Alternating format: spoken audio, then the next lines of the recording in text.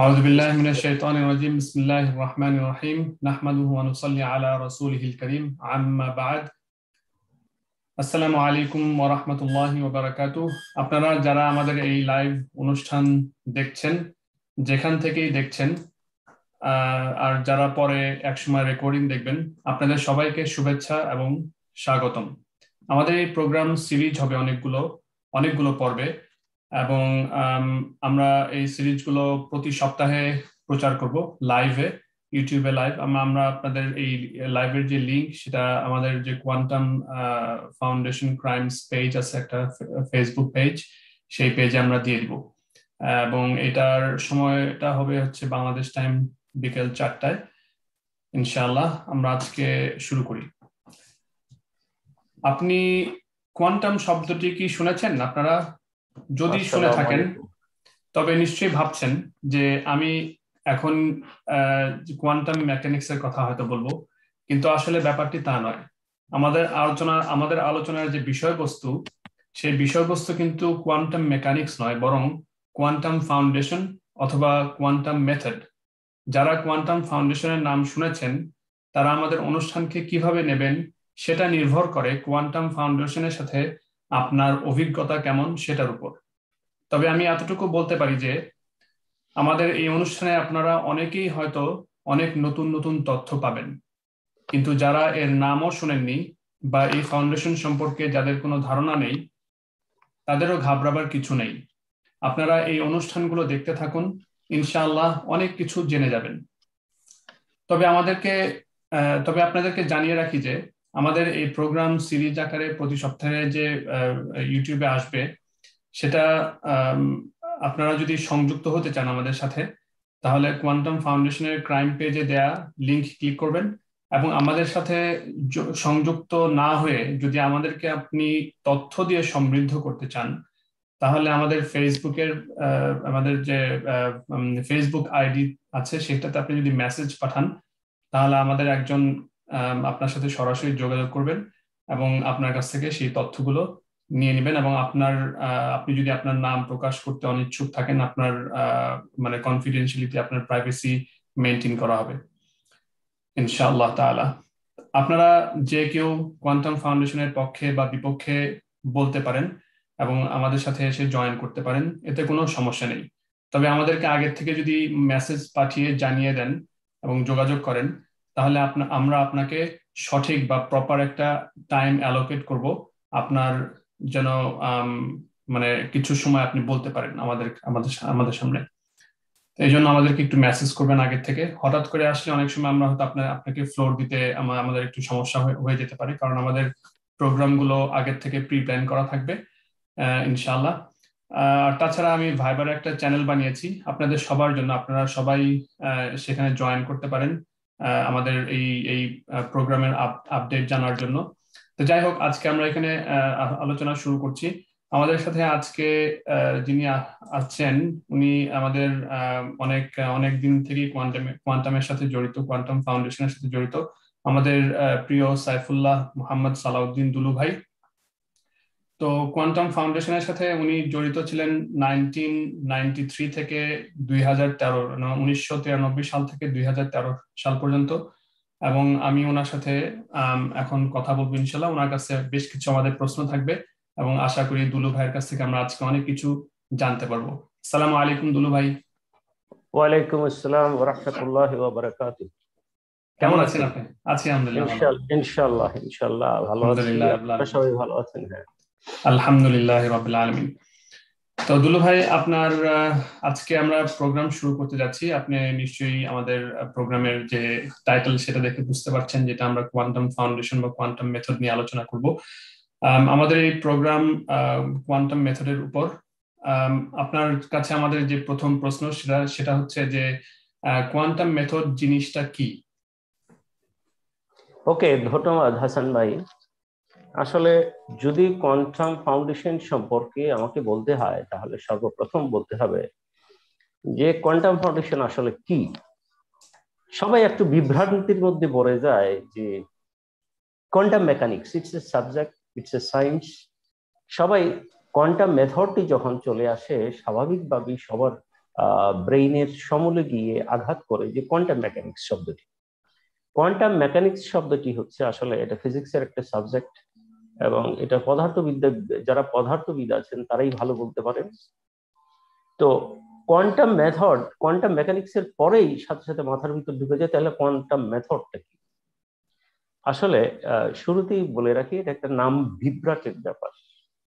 এটা নাম বিভ্রাট, নামের একটা কি বলবো, এটা আপনাকে নামের একটা প্রচারণা দিয়ে এটা মানুষকে আকৃষ্ট করার, সোজা বাংলা হিসাবে সাধারণ জনগণকে আকৃষ্ট করার জন্য এই নামটা দেয়া হয়েছে কোয়ান্টাম মেথড। কোয়ান্টাম মেকানিক্স থেকে এটা পরিবর্তন হয়ে এটা কোয়ান্টাম মেথড নামে যখন প্রকাশ হয়, তখন মনে করে যে এখানে বিজ্ঞান ভিত্তিক কিছু রয়েছে।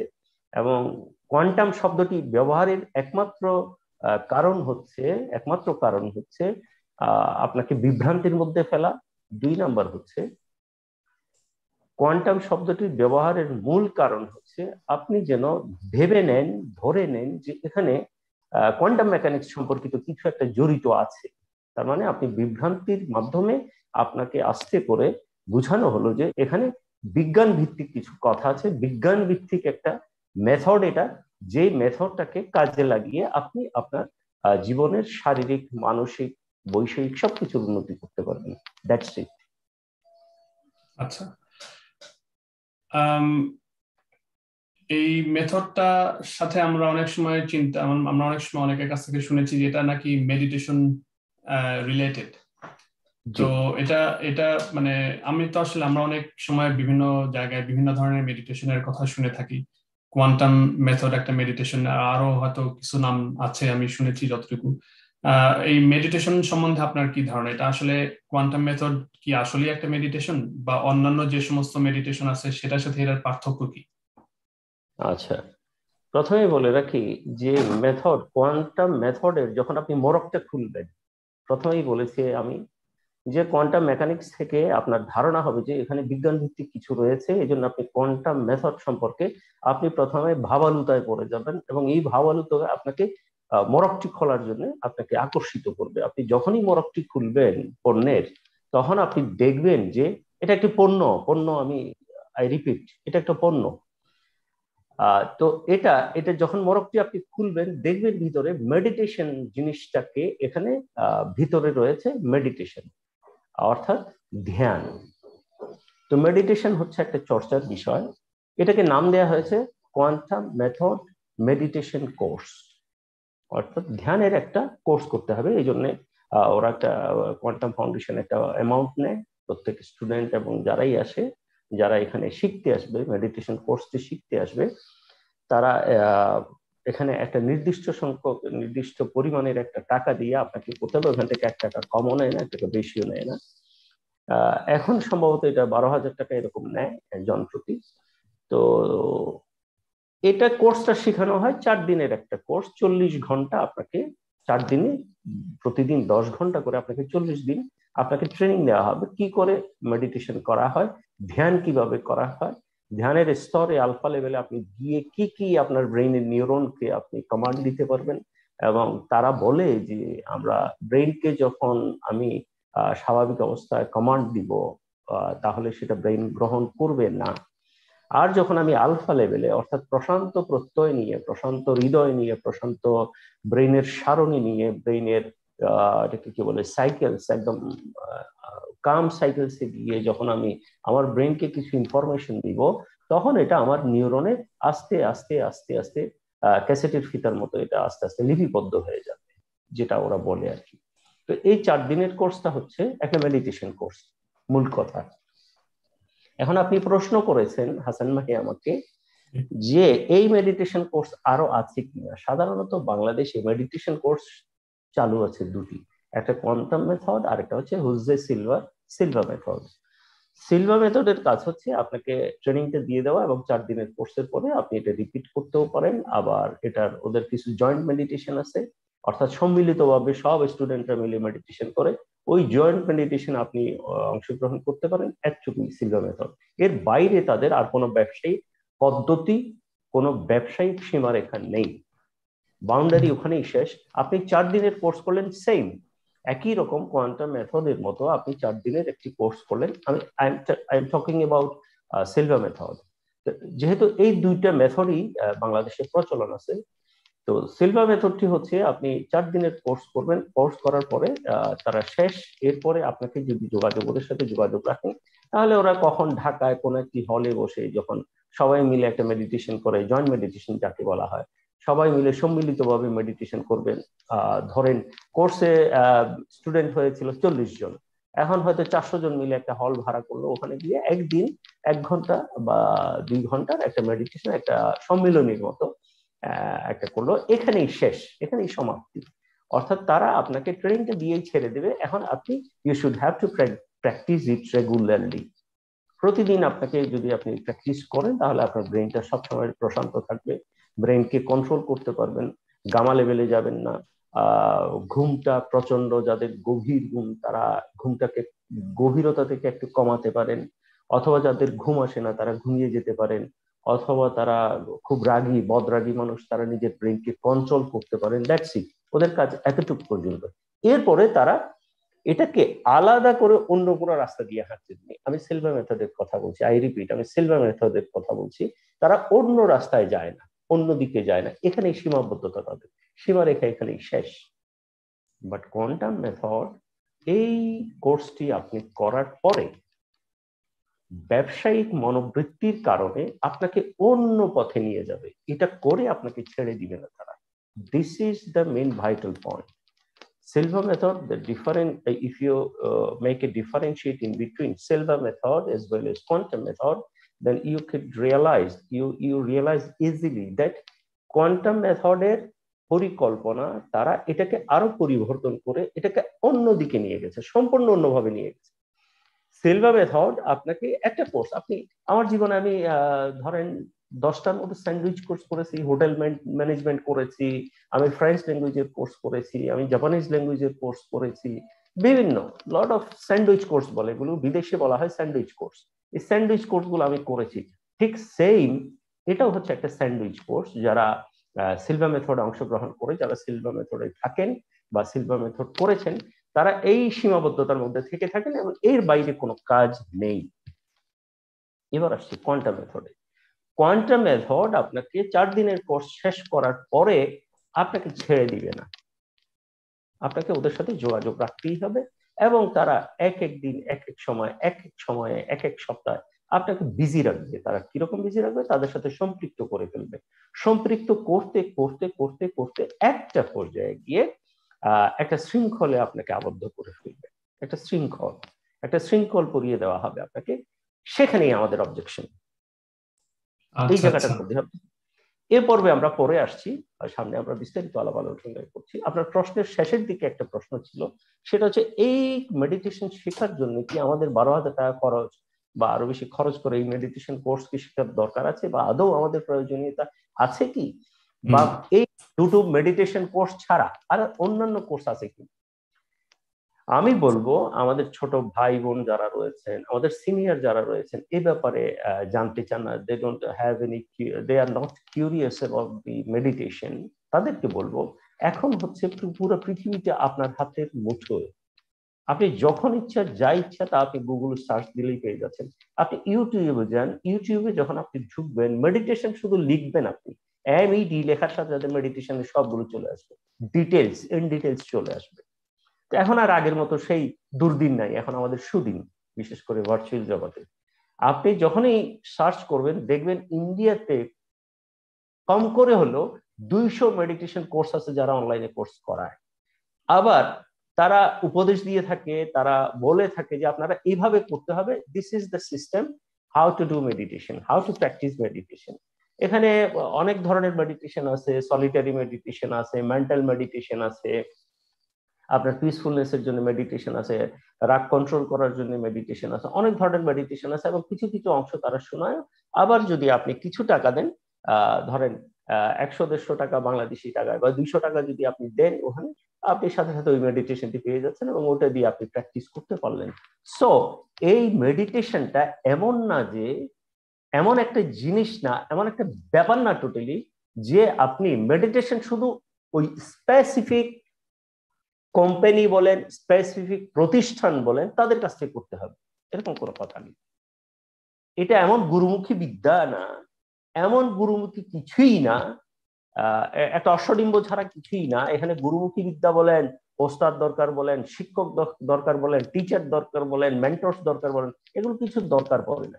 আপনি ইচ্ছে করলে আপনি ইউটিউবে ঢুকে মেডিটেশন গুলো শিখতে পারেন।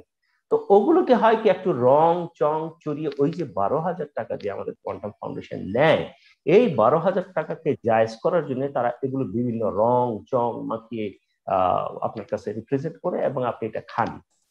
দেখেন, একটা সময় ছিল হাসান ভাই, মাল্টিভিটামিন ট্যাবলেট, যেগুলো মাল্টিভিটামিন, আমি রিপিট করছি, মাল্টিভিটামিন ট্যাবলেট, এটা অনেকগুলো ভিটামিন, অনেকগুলো যৌগ, মৌলিক বলেন, যৌগিক বলেন, অনেকগুলো যৌগের মিশ্রিত একটা ভিটামিন দিয়ে যখন একটা আপনি বয়স্ক লোককে খাওয়াতে যাবেন, এটা তিতা লাগবে এবং সে খাই, সে আলটিমেটলি সে গলাধঃকরণ করে, কিন্তু একটা বাচ্চা কিন্তু এটা করে না। সে যখন মুখে একটু তিতা লাগবে সেটা ফেলে দিবে।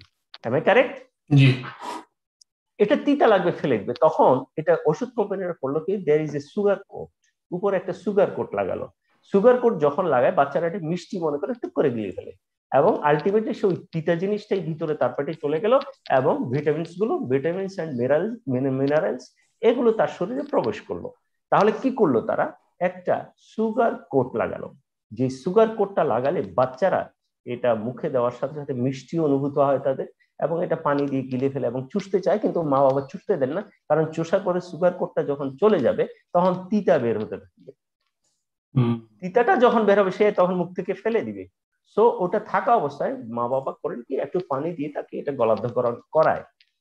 ঠিক সেরকম একই জিনিস, একই মোড়কে কোয়ান্টাম মেথডে কিছু সুগার কোট লাগিয়ে আম জনতাকে, আম পাবলিককে খাওয়ায় এবং সবাই খায়, এবং এটা খুব তাড়াতাড়ি খাওয়াবে। যেমন বাংলাদেশে এখন সর্বশেষ কোর্স হচ্ছে 475তম কোর্স শেষ হয়েছে।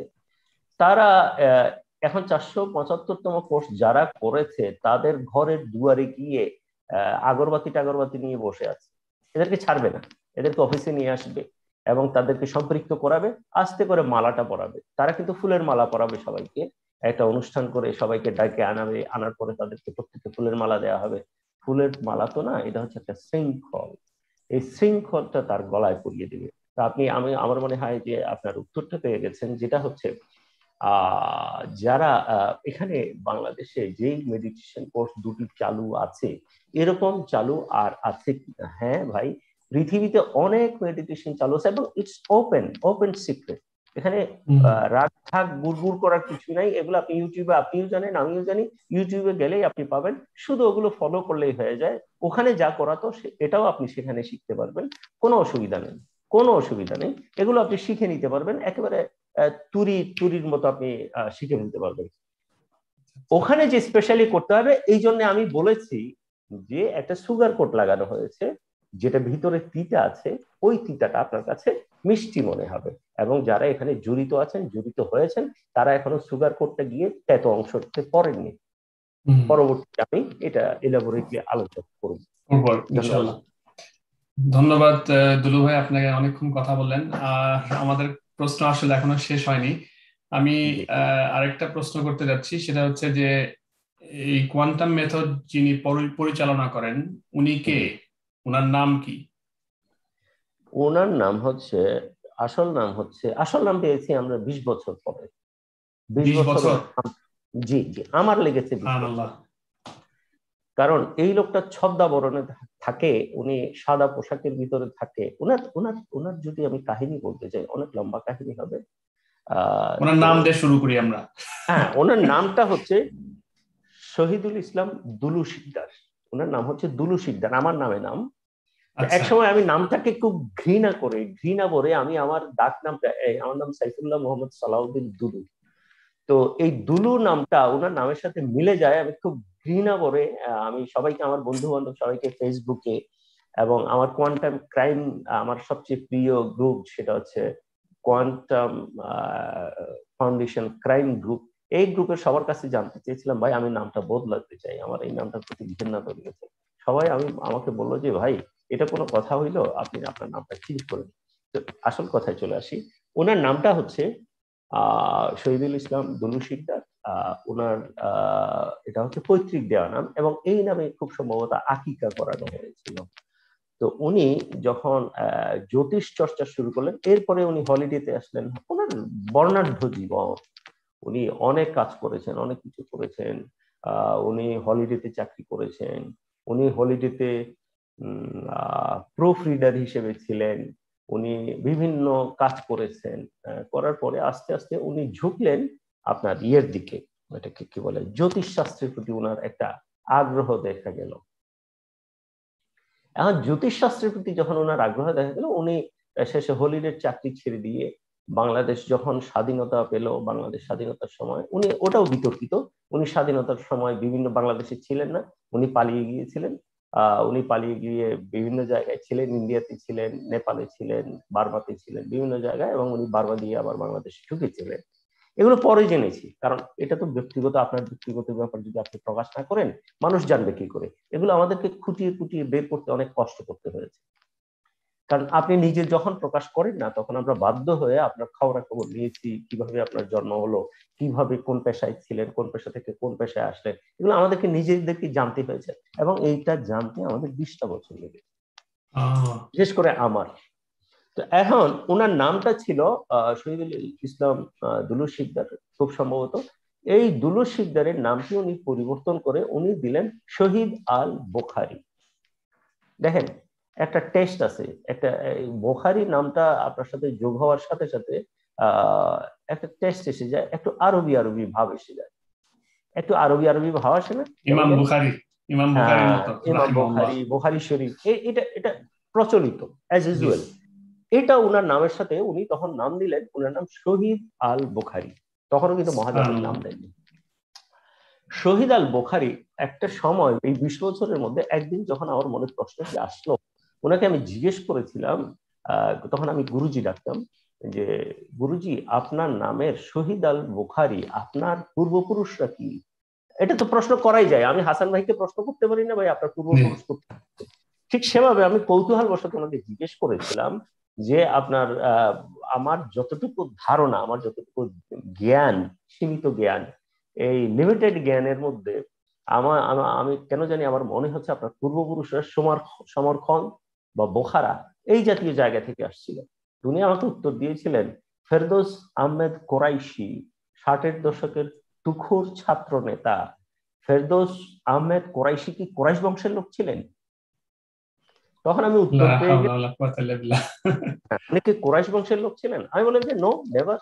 তো বলে যে, তো তুমি কি করে ধারণা করলে যে আমি সমরখন বা বোখারা থেকে আমার পূর্বপুরুষ এসেছে? আমি বলছি না, নামে আমি তো আর বেয়াদবি করতে পারি না, তখন তো গুরুজি উনি। তা আমি বললাম যে না, মনে মনে বললাম আর কি, তাইলে বোখারি শব্দটা লাগান, কারণ কি?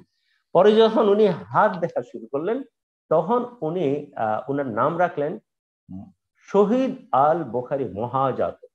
এখন মহাজাতক কোত্থেকে আসছে?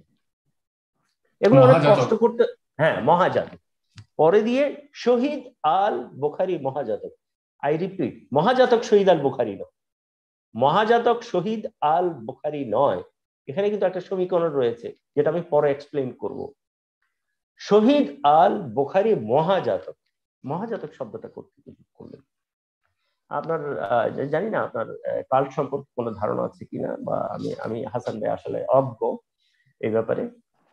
ভারতে একজন প্রখ্যাত, অনেক আগের, আজ থেকে অন্তত ধরেন 6 যুগ 7 যুগ আগে, ভৃগু জাতক বলে একজন হস্তরেখাবিদ ছিলেন, বিশারদ। ওনার নাম ছিল ভৃগু জাতক। ওনার চেয়ে পুরনো কেউ ভারত উপমহাদেশে আমার মনে হয় না ছিল। ভৃগু জাতকেই হচ্ছেন সর্বপ্রথম প্রফেশনাল একজন হস্তরেখা বিশারদ। জাতক শব্দটা কি, মানে কি জাতক শব্দটা? জাতক মানে বুঝতেছেন না? জাতক মানে হচ্ছে একজন হিউম্যান বিইং, দ্যাটস ইট। জাতক জাতিকা হচ্ছে নবজাতক, মানে হচ্ছে নবজাতক মানে নতুন হিউম্যান বিইং, নতুন হিউম্যান বিইং। আচ্ছা, ইয়েস, নবজাতক। ঠিক সেরকম উনি একজন জাতক, মহাজাতক। উনি জাতকের মধ্যে জন্ম নিয়েছেন, অনেক বড় জাতক। ভৃগু জাতক থেকে উনি কপি করে মহাজাতক নাম শিখলেন, তখন ওনার নাম হয়ে গেল শহীদ আল বুখারী মহাজাতক। কিন্তু যেদিন থেকে উনি কোয়ান্টাম ফাউন্ডেশনে জয়েন করলেন এবং মেডিটেশনের দিকে গুরুত্ব দিলেন এবং আপনার জ্যোতিষ পেশা ছেড়ে দিলেন, তখন উনি নামটাকে, আমি সমীকরণের কথা বলেছিলাম একটু আগে, সমীকরণটা হলো এরকম, মহাজাতক শহীদ আল বুখারী হয়ে। এবং সব সময় উনি স্পিচ দেওয়ার সময় আমি মহাজাতক শহীদ আল বুখারী, মহাজাতক শহীদ, মহাজাতকটা আগে নিয়ে আসলো। এগুলো হচ্ছে ব্যবসার পলিসি, একটা বিজনেস পলিসি। যেমন আপনার নাম ছিল, আপনার কোম্পানির নাম ছিল রেইন বার্ড। রেইন বার্ড আমরা যেটাকে চিনি বৃষ্টির সময়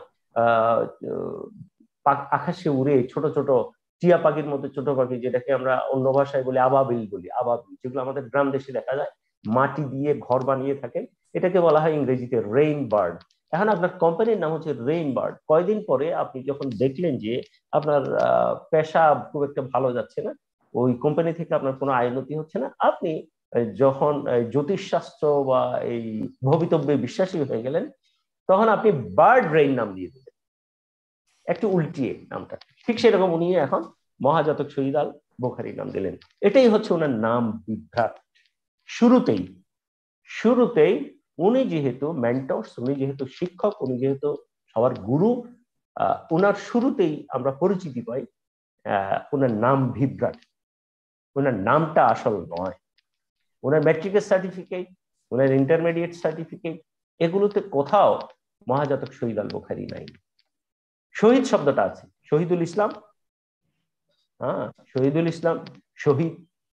ওনাকে ওনার পুরনো বন্ধু বান্ধব আমার সামনে, বিশেষ করে মৌলানা হাবিবুর রহমান সাহেব, যিনি হলিডেতে ওনার সাথে চাকরি করতেন, এই হাবিব সাহেবকে আমি সবসময় দেখেছি ওনাকে শহীদ নামে ডাকতে, ওনাকে কখনো মহাজাতক ডাকেনি আমার সামনে। মৌলানা সাহেব ওনার কি ফ্রেন্ড ছিলেন? মৌলানা হাবিবুর রহমান সাহেব ওনার বন্ধু ছিলেন। মৌলানা হাবিবুর রহমান হচ্ছেন যিনি জামাতের আমির ছিলেন, আমিরের মেয়ের জামাই। আচ্ছা আচ্ছা। মৌলানা হাবিবুর রহমান সাহেব উনি ওফাত হয়েছেন, উনি মারা গেছেন। খুবই ভালো লোক ছিলেন, উনি খুব ভালো লোক ছিলেন। এবং ওনার চরিত্র সম্পর্কে, অর্থাৎ উনি তো অনেকদিন শহীদ আল বুখারী মহাজাতকের সাথে কাটিয়েছিলেন। তো আমি একজন মৃত ব্যক্তির নামে মিথ্যা কথা বলবো না, কারণ আমাকে আল্লাহর সামনে একদিন সামনাসামনি দাঁড়াতে হবে, ঠিক আছে? তো আমি ওনার সম্পর্কে, উনি যেহেতু ওনার বন্ধু ছিলেন, ওনার দোষগুণ গুলো উনি আমাকে ব্যক্ত করেছিলেন যে এই লোকটি এরকম, দুলু বি কেয়ারফুল, এই লোকটি এরকম। উনি নিজেই আমাকে বলেছেন। উনি আমার বন্ধু বটে, কিন্তু ওনার কিছু কিছু জিনিসের সাথে আমার অমিল রয়েছে, সেগুলো পরে ইনশাল্লাহ বিস্তারিত আলাপ আলোচনা করব আমি। ধন্যবাদ। আপনার আর কোনো প্রশ্ন থাকলে বলে। জি, আরো কিছু প্রশ্ন আছে। আপনি আপনি হয়তো হয়রান হয়ে গেছেন কথা বলতে বলতে। আপনি যদি পানি খেতে চান পানি খেতে পারেন, কোনো সমস্যা নেই, অনেক অনেক কথা বলতে হচ্ছে। আচ্ছা, বলবো। এরপরের যে প্রশ্নটা সেটা হচ্ছে যে উনাকে গুরুজি বলে সম্বোধন করা হয় কেন, কারণটা কি? গুরুজি হচ্ছে, আপনাকে যে বললাম একটু আগে যে শহীদ আল বুখারী মহাজাতক, বুখারী শব্দটা লাগানোর পিছনে একটা ভাব চলে আসে, স্মেল। আপনি দেখেন যখন আমরা যখন কোথাও বেড়াতে গিয়েছি, পরিবার নিয়ে বেড়াতে গিয়েছেন, খুব ভালো একটা চা বানিয়ে আনলো, সবাই বলে যে চায়ের গন্ধটা খুব ভালো, মানে খুব ঘ্রাণটা খুব সুস্বাদু। ঠিক সেরকম ওনার নামের সাথে যেমন বুখারী শব্দটা যোগ করলে সুস্বাদু হয়ে যায়। উনি তখন আত্মপ্রচারের কারণে, উনি যখন এই কোয়ান্টাম মেথড কোর্সটি করা শুরু করলেন, তো এখন কোর্সটা করার পরে দেখেন পুরনো গ্রাজুয়েট যারা আছে এবং ওনার যারা স্টাফ রয়েছে, তারা ওনাকে গুরুজি সম্বোধন করে, স্যার বলেন না, স্যার বা আপনি বা গুরুজি, সবাই গুরুজি বলেন। এখন আপনি একজন নতুন গ্রাজুয়েশন করেছেন, কোয়ান্টাম মেথড কোর্সটা শিখেছেন, আপনিও গুরুজি বলা শুরু করলেন। এইভাবে এই গুরুজি কথাটা প্রচলন হয়ে গেল। এটা কিন্তু ওনার সৃষ্ট। উনি কি কখনো কাউকে বলছেন ওনাকে গুরুজি ডাকতে, বা মানে এটা মানুষ নিজে থেকে বলা শুরু করছে?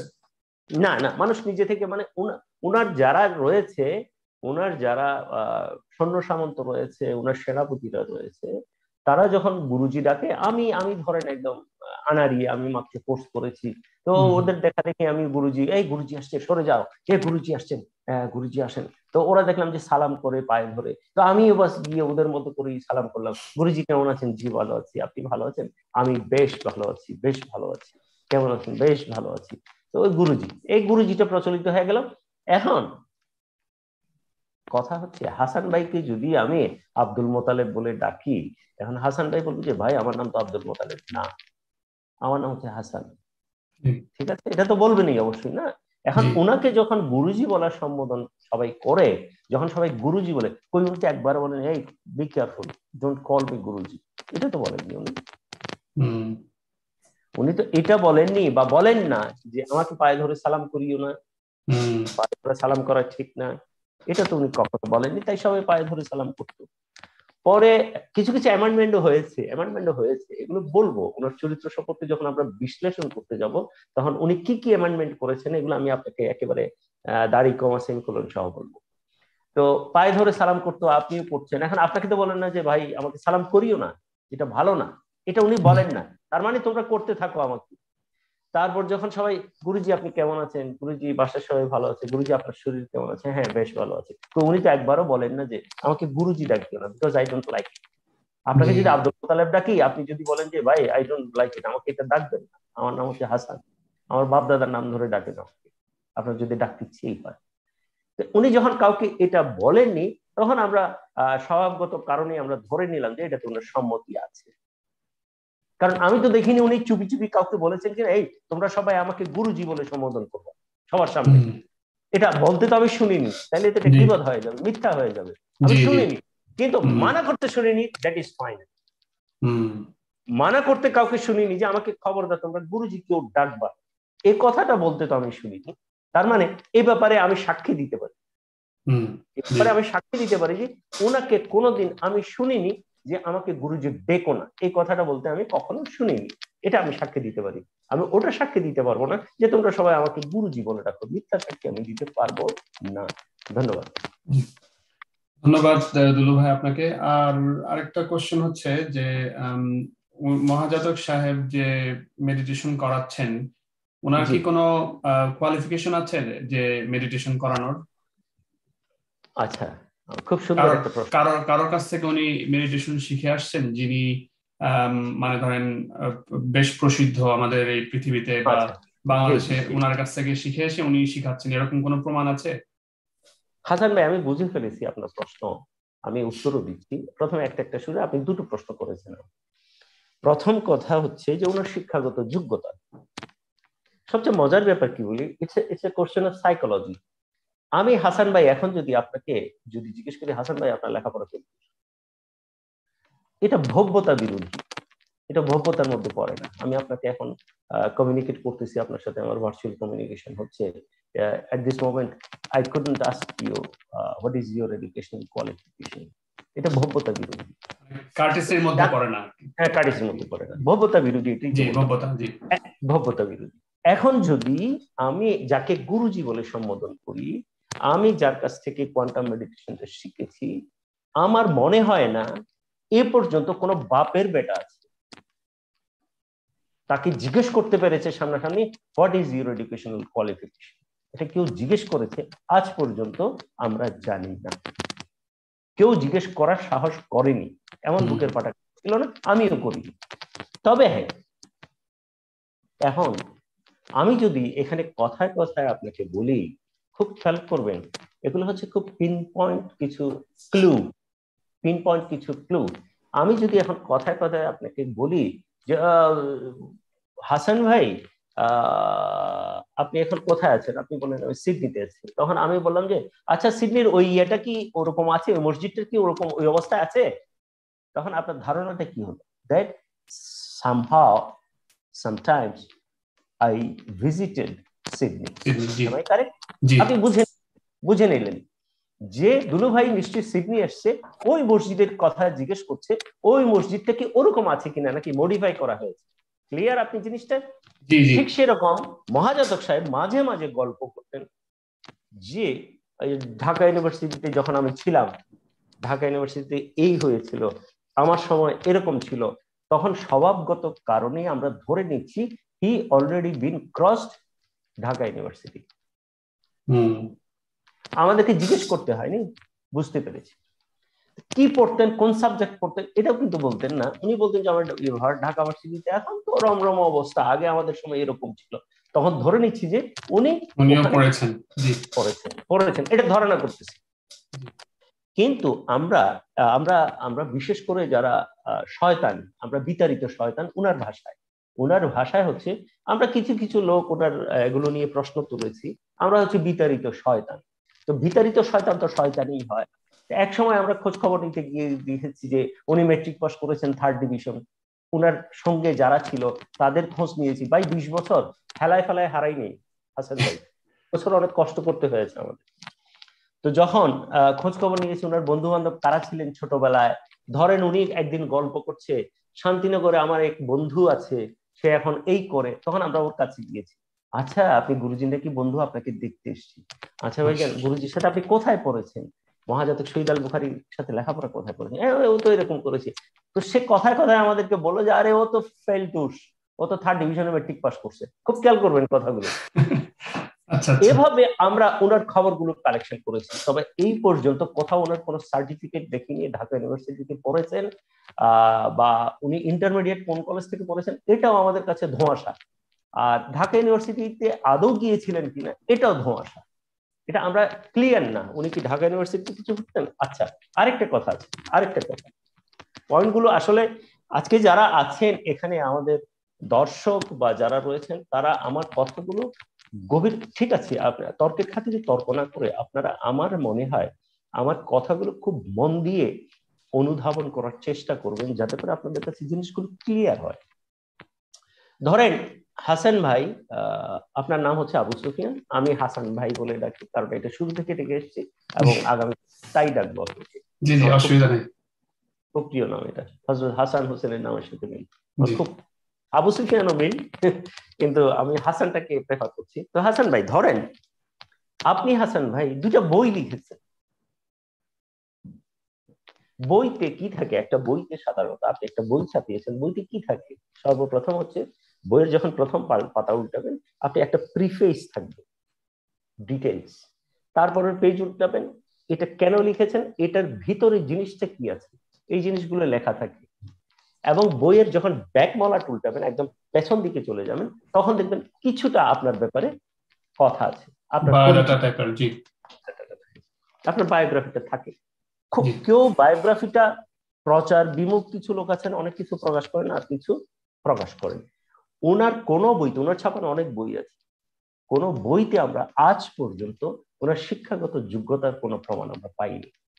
হতে পারে উনি মেট্রিক পাসও করেননি, হতে পারে উনি কি বলে আপনার এমএস করার পরে উনি পিএইচডিও নিয়ে নিয়েছেন, হতে পারে, কিন্তু এই জাতীয় কিছু ওখানে প্রকাশ নেই। এতে করে ধরে নিতে পারি যে উনি কোনো না কোনো ভাবে প্রচার বিমুখ, কিন্তু এটাও স্বীকার করতে পারছি না। কেন পারছি না? উনি প্রচার বিমুখ হলে উনি যেগুলো কর্মকাণ্ড, ওনার জীবনের যে বর্ণাঢ্য জীবনের যে কর্মকাণ্ড, এগুলো তো প্রচার এবং প্রসার হয়েছে নিজেকে প্রকাশ করে, নিজেকে প্রচার করে। তাহলে একটা জায়গায় এসে জিনিসটা ঠেকে যাচ্ছে। ওনার কোনো বইতে পিছনে ওনার বায়োগ্রাফিতে ওনার শিক্ষাগত যোগ্যতা সম্পর্কে কোথাও কিছুই লেখেন। সাধারণত এই বইটি খুব খেয়াল করবেন আমার কথাগুলো। এই জন্যই আমি বলছি যারা আপনারা এটা দেখছেন তারা অনুধাবন করার চেষ্টা করবেন আমি কি বলতে চাচ্ছি। হয়তো কথা বেশি বলছি, বাট কি বলতে চাচ্ছি এটা বোঝার চেষ্টা করবেন। ধরেন আমি একটা বই লিখলাম হাসান ভাই, বইটাতে যদি আপনি বইটা পড়ার আগে আপনি যদি একজন লিটারেট, আপনি একজন এডুকেটেড লোক হন, আপনি বইটা পড়ে সময় নষ্ট করবেন না, বিকজ টাইমটা আপনার জন্য খুবই দরকার। আপনি এই বইটা পড়ার আগে, আমি একটা বই প্রেজেন্ট করলাম আমার, আপনি আগে দেখবেন হোয়াট ইজ মাই বায়োগ্রাফি, আমি যে লিখলাম বইটা, আমি এখানে আলু কচু কি লিখলাম, আপনি আগে আমার বায়োগ্রাফি দেখবেন। বায়োগ্রাফি দেখলেন যে আমি ধরেন অক্সফোর্ড ইউনিভার্সিটিতে আমি ডক্টরেট নিয়েছি, তখন আপনি একটু থমকে গেলেন। আপনি দেখলেন আমি ফিজিক্সের উপর আমি আমার ওই পিএইচডি করা, তখন আপনি ভাববেন যে পদার্থবিদ্যা নিয়ে নিশ্চয়ই উনি খুব জ্ঞান গর্ভ বা ওনার অভিজ্ঞতা এখানে শেয়ার করেছেন, এটা আমার পড়া দরকার। এটা কিন্তু নেসেসিটি, একটা বইয়ের রাইটারের এটা এই প্রকাশ অন্তত করা নেসেসিটির মধ্যে পড়ে যে আমার পাঠক যে এটা পড়বেন সে আগে আমার সম্পর্কে জানতে হবে, নাহলে সে এটা পড়বে না, ওটা ছুঁড়ে ফেলে দিবে, অথবা লাইব্রেরি তার ফ্যামিলির যে লাইব্রেরি রুম আছে লাইব্রেরির বইটা ফাঁকে আস্তে করে ঢুকায় রাখবেন, এটা পড়বেন না উনি, কারণ এই রাইটারের বই পড়ার তো কোনো লাভ নেই। তো এখন উনি এটা থেকে বিরত থাকেন, এটা থেকে দূরে থাকেন। যদি আমি এটা ধরে নিই যে উনি প্রচার বিমুখ মানুষ, তাহলে আমি ধরে নেব যে উনি প্রচার চান না। কিন্তু ওনার জীবনের বাকি অধ্যায়গুলো সবগুলো তো প্রচার, প্রচারই প্রচার, প্রচারই প্রচার। তাহলে এটাতে কেন এসে উনি মুখ লুকিয়েছেন? এখানে একটা কিন্তু থাকে না, সেটাতে আমরা ধরে নিয়েছি আমরা যে ইনফরমেশন গুলো কালেক্ট করেছি দ্যাট ওয়াজ রাইট। উনি মেট্রিকে 3rd ডিভিশন, ইন্টারমিডিয়েট কোন রকমের টেনে সেরকম পাস করেছেন, হয়তো তারপর আর লেখাপড়া করেনি। আমার বিশ্বাস, আমার ব্যক্তিগত বিশ্বাস, উনাকে নিয়ে আমি গবেষণা করি, আমার গবেষণা শেষ পর্যায়ে আমি পেয়েছি যে হয়তো উনি ইন্টারমিডিয়েট পাস করেছেন, এরপর আর লেখাপড়া উনি জানেন না। এটা গেল আপনার প্রথম প্রশ্নের উত্তর। দ্বিতীয় প্রশ্নটি আপনি করেছিলেন, কি করেছিলেন ভুলে গেছি, একটু মনে করে দিবেন? একটা ওনার কোয়ালিফিকেশন, মানে উনি কারোর কাছ থেকে মেডিটেশন শিখছেন কিনা। মানে একটা তো আপনি যেটা বললেন সেটা হচ্ছে প্রফেশনাল কোয়ালিফিকেশন বা তার এডুকেশনাল ব্যাকগ্রাউন্ড কি। এখন আমি জানতে চাচ্ছি যে উনি যে মেডিটেশন করাচ্ছেন, সেই মেডিটেশনের ব্যাপারে ওনার কোনো অভিজ্ঞতা না ঠিক না, মানে উনি কারোর কাছ থেকে শিখেছেন কিনা, কোয়ালিফিকেশন আছে কিনা মেডিটেশন মানুষকে শেখানোর জন্য। ওনার জীবন আমি গবেষণা করতে গিয়ে আমি দেখেছি উনি যখন জ্যোতিষ শাস্ত্রে ভাত নাইয়েন, পাথর, উনি আগে জ্যোতিষী ছিলেন না? ইয়েস ইয়েস ইয়েস, উনি পাথর বিক্রি করতেন। জ্যোতিষ শাস্ত্র হয়তো মানে উনি কি মানুষের হাত দেখে ভাগ্য গণনা করতেন? এই যে আচ্ছা আচ্ছা, হাত দেখতেন। উনি হাত দেখে হয়তো ফি নিতেন 200 টাকা। আমি আগের মানে পাকিস্তান আমলের পরের কথা বলছি, অর্থাৎ স্বাধীনতার প্রথম দশকের কথা বলছি, 70-এর 75 বা 80-র দশক, 80 আগে হাত দেখতেন। মানে এটা ওনার প্রফেশন ছিল আর কি, যে ওটা প্রফেশন হচ্ছে হাত দেখা, হাত দেখা। উনি বিয়ে করেছেন হাত দেখিয়ে, নাহার আফতাবুন্নেসা, তারও নাম চেঞ্জ হয়ে গেছে, ওনার স্ত্রীর নামও চেঞ্জ হয়ে গেছে। ওনার স্ত্রীর নাম ছিল আফতাবুন্নেসা, মোসাম্মদ আফতাবুন্নেসা, ওটা হয়ে গেছে নাহার আল বুখারী। শহীদ আল বুখারীর সাথে সাথে নাহার আল বুখারী হয়ে গেছে। আফতাবুন্নেসাকে উনি হাত দেখে বিয়ে করেছিলেন, ওনাকে পটিয়ে ফেলে উনি যেভাবে করেছিলেন, ওটা ব্যক্তিগত ব্যাপার, ওটা ব্যক্তিগত ব্যাপার। আচ্ছা, জ্যোতিষ শাস্ত্র এটা তো ইসলামে হারাম, আমরা জানি। জ্যোতিষী টোটালি হারাম, টোটালি হারাম, টোটালি হারাম, টোটালি হারাম, জি টোটালি হারাম। তো উনি সেখান থেকে উনি কি তওবা করে বের হয়ে আসছেন নাকি এখনো করেন? আজকে আপনার মাধ্যমে আমি আপনার সাথে একটা জিনিস আমি প্রমিস করছি, উনি যে নাস্তিক এটা প্রমাণ করে দিব। উনি হচ্ছেন নাস্তিক শহীদ আল বুখারী মহাজাত। উনি যে নাস্তিক এটা আমি প্রমাণ করব। এবং এই যতদিন আমার এখানে শ্বাস থাকবে আমি আপনাকে প্রমাণ করে দিব যে সে একজন নাস্তিক। আমি নাস্তিক এটা প্রমাণ করে এখান থেকে যাব। উনি কি এখনো হাত দেখেন বা জ্যোতিষ শাস্ত্র প্র্যাকটিস করেন? না না না, এখন প্র্যাকটিস করেন না, কিন্তু গল্প করেন। অমুক আমার ক্লায়েন্ট ছিল, হোসেন মোহাম্মদ এরশাদ আমার ক্লায়েন্ট ছিল, অমুক আমার ক্লায়েন্ট ছিল, এগুলো বলেন ক্লায়েন্ট। ওনার বইটাও মনে আছে বড় বড় করে উনি বলছেন যে অনেকের ভবিষ্যৎ, মানে এটা উনি যেহেতু গর্ব করেন, মানে এটা উনি সাপোর্টও করেন। উনি বিভিন্ন জনের অমুকের মৃত্যু, শেখ মুজিবের মৃত্যু, অমুকের মৃত্যু, পাকিস্তানের জিয়াউল হকের মৃত্যু, অনেকের উনি ভবিষ্যৎবাণী করেন আমেরিকায় অনেক। তো এবার বুঝে নেন এটা কতটুকু হারাম। জি, বাই দ্য ওয়ে, আমি একটা পার্সোনাল ব্যাপার শেয়ার করি। I M A curious man, I am always curious. আমার লাইফটাই কেটেছে কিউরিসিটি নিয়ে। আমি এই কিউরিসিটি জ্যোতিষশাস্ত্র সম্পর্কে আমি লেখাপড়া করেছি। আচ্ছা, সত্যি কথা বলতে আমি জ্যোতিষশাস্ত্র সম্পর্কে লেখাপড়া করেছি, এবং আমি অনস্বীকার্য এটা যে যদি সঠিক জ্যোতিষশাস্ত্র জানেন আপনি ভবিষ্যৎ বলতে পারেন, এটা আমি বিশ্বাস করি। আপনি যদি সঠিক জ্যোতিষশাস্ত্র ফলো করেন, জানেন, প্র্যাকটিস করেন, আপনি you can predict anything. But এটা তো ভাই আমি প্রিডিক্ট করতে জানলে তো হবে না, আমাকে মানা করে দেওয়া হয়েছে, ইটস হারাম। জি, প্রেডিকশন মানে it can be true, it can be মানে ফলস অ্যাজ ওয়েল, মানে এটা হইতে পারে নাও হইতে পারে, তবে হ্যাঁ মানে 60-70% হয়তো হয়েও যেতে পারে কখনো কখনো। বাট সামহাউ যখন আমার ধর্ম এটাকে অ্যালাউ করে না, জি করে না মানে আমার ধর্ম যখন অ্যালাউ করে না, আমি করব না। জি, সত্য হলেও এটা আমাদেরকে অ্যাভয়েড করতে হবে। No no no, I can't take it. আমার কথা হচ্ছে আমি নিজে ব্যক্তিগতভাবে আমি জ্যোতিষশাস্ত্র জানি, জ্যোতিষশাস্ত্র সম্পর্কে বুঝি, পামিস্ট্রি সম্পর্কে বুঝি, লাইট গুলো সম্পর্কে বলি, এগুলো কেন দেওয়া হয়েছে এগুলো আমি গবেষণা করেছি। এবং আমি এটাতে পৌঁছেছি যে হ্যাঁ বলা যায়, কিন্তু বলা যায় আমি বললে তো হবে না। আমার ধর্ম আমাকে কি বলছে? আমার ধর্ম বলছে তুমি এটা প্র্যাকটিস করবা না, তুমি এটা করবা না, এটা তোমার জন্য আমি বার দিয়ে দিলাম, এটা অবস্ট্রাকশন দিয়ে দিলাম, এখানে বিধি নিষেধ আমি দিয়ে দিলাম, তো আমি যাবো কেন? ফিনিশ, ওখানে আমি ক্রস করে দিয়েছি, ওই সাবজেক্টে ওখানে আমি ক্রস করে দিয়েছি। আমার জানার ইচ্ছে ছিল, আমি জেনেছি, এখন আমি ক্রসে আছি, আমার ওখানে যাওয়ার দরকার নেই, কারণ ওখানে গেলেই তো আমি আমার সীমাকে লঙ্ঘন করবো, সুতরাং দরকার। আচ্ছা যাও, এখন কোয়ান্টামের মেথড ব্যাপারে মানে মেডিটেশনে ওনার কোনো কোয়ালিফিকেশন আছে কিনা? না না, ওনার কোনো সার্টিফিকেট নেই।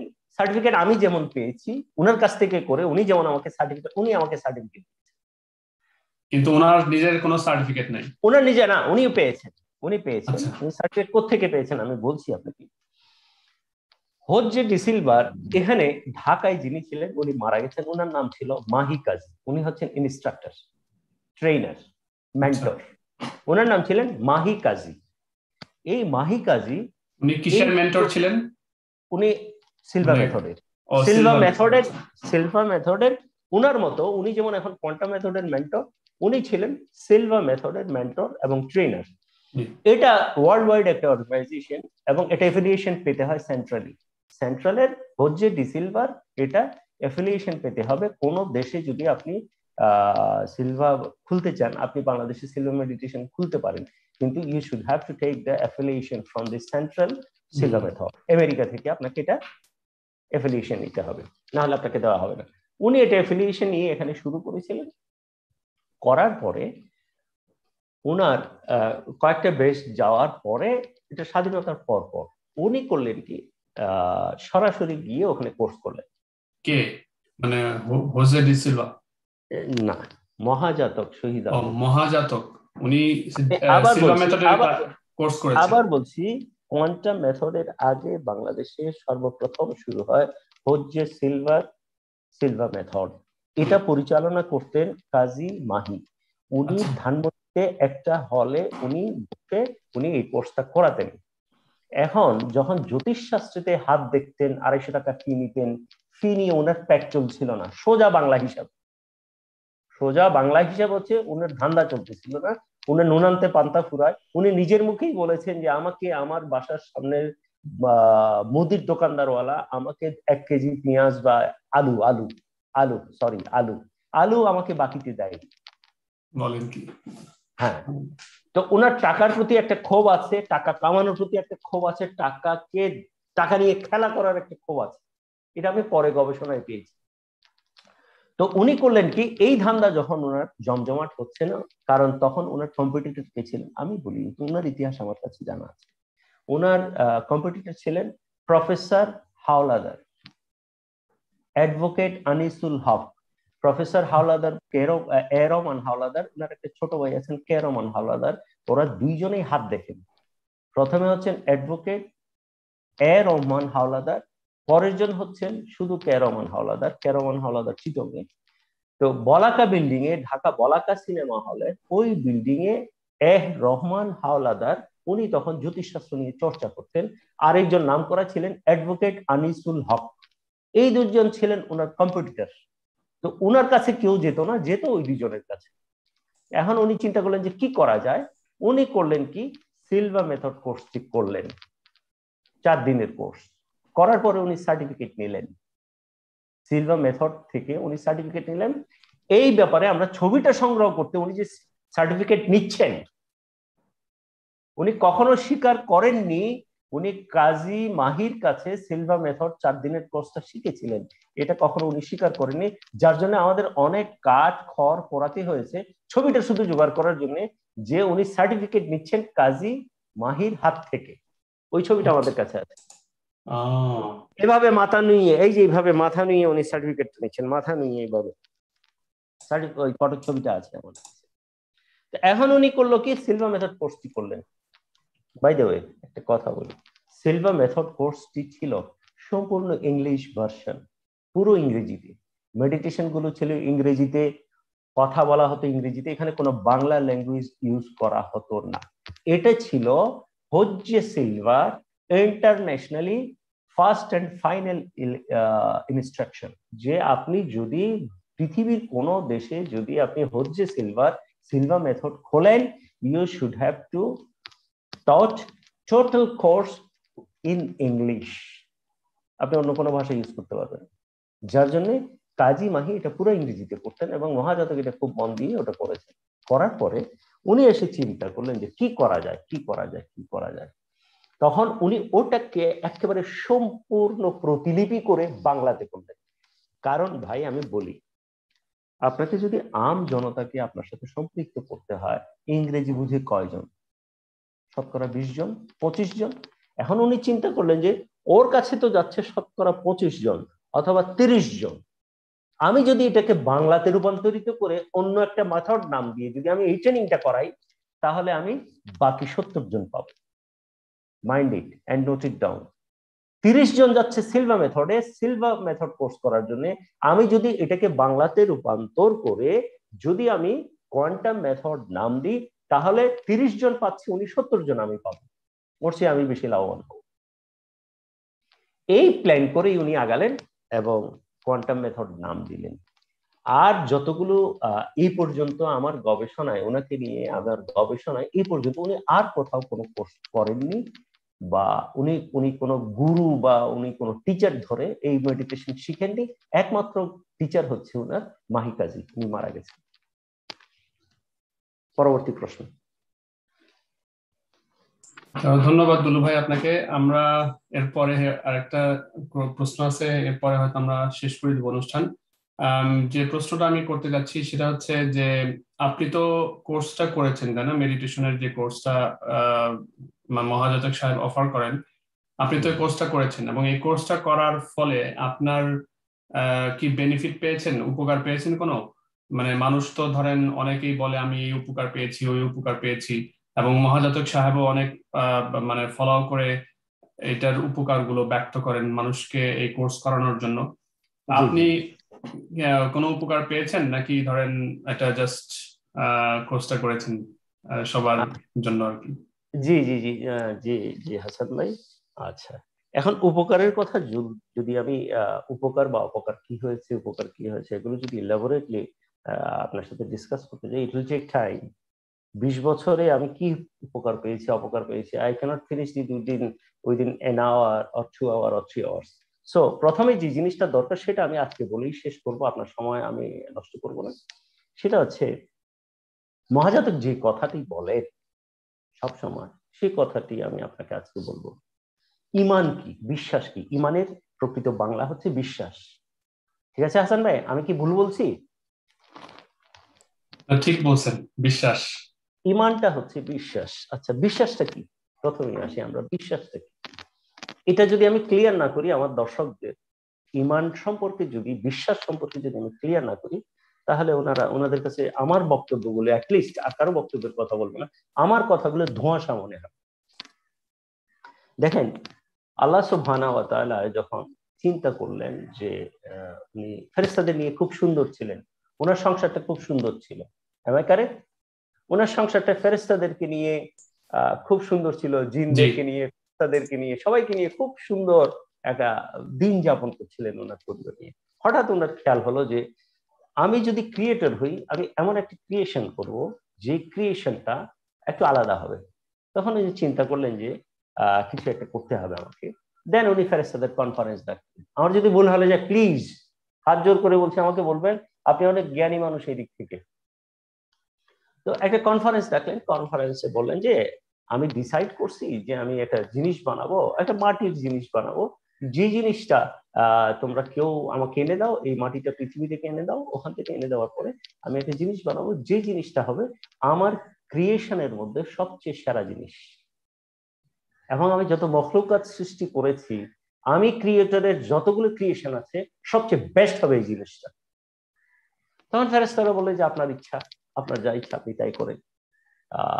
তো এটা বেস্ট হবে, যখন বেস্ট হবে নিশ্চয়ই আপনি ভেবেছেন, আপনি সত্য বলেছেন, আপনি বেস্ট হতে পারে, এটা অবশ্যই হবে। আমাদের কি করতে হবে বলে যে আমি এটা ক্রিয়েশনটা দিই, তোমাদের শুধু একটাই করতে হবে, সেটা হচ্ছে সুজুদ করতে হবে, তোমাদেরকে সিজদা করতে হবে। আমি যে জিনিসটা বানাচ্ছি, আমি বেশি দূরে যাব না, আমি বিশ্বাস জিনিসটা বুঝতে পেরেছি যে তোমাদেরকে সেজদা করতে হবে। এখন প্রত্যেক ফেরেশতারা সেজদা করলেন একজন ছাড়া। তার কাছে প্রশ্ন হলো, তার প্রশ্ন ছিল, তার লজিক ছিল কি, দেখেন এই লজিক চলে আসছে, তার লজিক চললো, লজিকের কথা আসছে এই জন্য যে যে এই ফেরেশতা বললেন যে আপনি বলেছেন সব ঠিক আছে, আপনি বললেন যে আমরা তোমার ইবাদত করি, আমরা আপনার ইবাদত করি, তোমরা আমার ইবাদত করো, আমি যা বলি তা শোনো, তোমরা মানে তোমরা অহর্নিশি আমার প্রেমে মশগুল থাকো, আমার শুকরিয়া আদায় করো, আমার জন্য সবকিছু করো। আপনি আবার নিজেই পরস্পর বিরুদ্ধে একটা কথা বললেন যে আমি যেই ক্রিয়েশনটা করতে যাচ্ছি, যেই জিনিসটা ক্রিয়েট করতে যাচ্ছি, এই জিনিসটা ভাই ভাই হানাহানি করবে, একজন আরেকজনকে খুন করবে, আপন ভাই আপন বোনকে বিয়ে করার জন্য আরেক ভাইকে, আপন ভাইকে খুন করবে, এরা আমার নাফরমানি করবে, আপনি নিজেই বলছেন, তাহলে তারা শ্রেষ্ঠ হলো কি করে? এই প্রশ্নটা উনি তুলেছিলেন। তো তোলার পরে এখানে উনি আদমকে, হযরত আদম আলাইহিস সালামকে বানালেন, ওনার বাম পাদক থেকে উনি মা হাওয়াকে বানালেন। তো শয়তানকে তখন উনি বিতাড়িত করে দিলেন, অভিসম্পদ দিলেন, যে তোমাকে আমি অভিশাপ দিলাম, তুমি অভিশপ্তিত, এবং তুমি এখান থেকে যাও, তুমি এখানে থাকতে পারবে না। শয়তানকে বের করে দেওয়া হলো। হযরত আদম এবং হাওয়াকে বলা হলো আমি, আপনি আমার চেয়ে জ্ঞানী। ওয়াকুলনা ইয়া আদম উসকুন আনতা ওয়া যাওজুকাল জান্নাতা। ওয়াকুলনা, আমরা বলিলাম, আল্লাহ তো কোরআন শরীফে সবসময় বলেছেন এইভাবে প্লুরাল ফর্ম ইউজ করেছেন। ওয়াকুলনা, কুল মানে বলা, ওয়াকুলনা আমরা বলিলাম, হে আদম, ইয়া আদম উসকুন আনতা ওয়া যাওজুকাল জান্নাতা, তুমি এবং তোমার স্ত্রী প্রবেশ করো স্বর্গে। তখন তাদেরকে স্বর্গে পাঠিয়ে দেওয়া হলো। Am I correct? জি জি ভাই। তো এটা মেনে নিতে পারেনি ইবলিস। এটাই হচ্ছে ইমান। ইমানটা হচ্ছে এমন একটা জিনিস, আপনি বিশ্বাস করবেন না দেখে, না জেনে, না শুনে, না বুঝে, স্টাডি না করে, কোনো লজিক না খাটিয়ে, কিচ্ছু না করে, আপনি যদি একটা জিনিসকে বলেন যে, আল্লাহ যদি বলে যে তুমি যেটা দেখছো বান্দা, এটা মানুষ না, এটা গরু, আমাকে মেনে নিতে হবে যেটা গরু, যদি আমার দুই চোখে দেখছি। কথাটা কি ঠিক? জি আল্লাহ আমাকে হুকুম করলো, আমার সামনে একটা মূর্তি এনে দিল, নারী মূর্তি। আল্লাহ বললো যে তুমি কি দেখছো? আমি বললাম নারী মূর্তি। আল্লাহ, ইয়া সুবহানাহু ওয়া তাআলা, এটা নারী মূর্তি। না, তুমি এটা নারী মূর্তি দেখছো না, আমি বলছি এটা তুমি একটা গরু দেখছো। তখন আমাকে মেনে নিতে হবে যে ইয়েস, এটা গরু। এটাই হচ্ছে বিশ্বাস। আল্লাহর হুকুম, আহকাম, আরকান, এগুলোর বাইরে আমি কিছু কথা বলতে রাজি না। এটাই হচ্ছে বিশ্বাস। আর সবগুলো হচ্ছে যুক্তি। আপনি লজিকে অনেক কিছু যাইতে পারেন, কিন্তু একটা জায়গায় এসে আমাদেরকে বিশ্বাসটাকে স্থির করতে হবে যে এটাই আমাদের ইমান।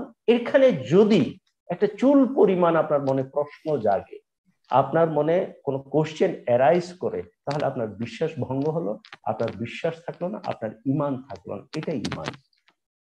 এখন আমরা যে কাজগুলো করেছি কোয়ান্টাম কোর্স করার পরে, আমার মনে হয় আমাদের সময় অলরেডি 5টা বেজে গেছে। জি। আমরা 5টা পর্যন্ত আসার কথা ছিল। তো এটার এটা আমরা এই কন্টিনিউ, প্রশ্ন হয়তো আগামী পর্বে নিয়ে আসতে পারি, হ্যাঁ, কোনো টু বি সমস্যা নেই। To be continued, to be ইনশাআল্লাহ। কন্টিনিউড। আসলে অনেক আর কথা বলার আছে, অনেক প্রশ্ন, আমার আরো অনেক আসলে বলা আছে, অনেক এটা তো প্রশ্ন শেষ আছে, করা যাবে এটা আসলে শেষ হবে না।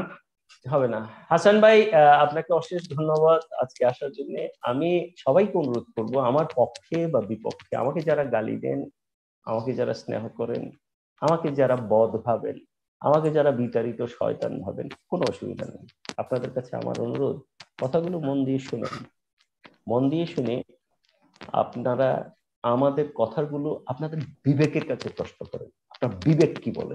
আমি কি বলি সেটা না, হাসান ভাই কি বলে সেটা না, আপনার বিবেক কি বলে? আপনি বিবেকের কাছে প্রশ্ন করুন। আমি যে প্রশ্নগুলো তুলবো, যেগুলো বলবো, সেই কথাগুলো আপনাদের বিবেককে জিজ্ঞেস করুন। দুই চোখ বন্ধ করে লাইট নিভিয়ে রাত্রে যখন ঘুমোতে যাবেন, নিজের বিবেককে প্রশ্ন করুন, কারণ ওখানেই আল্লাহর বসবাস। আপনি সঠিক উত্তর পাবেন।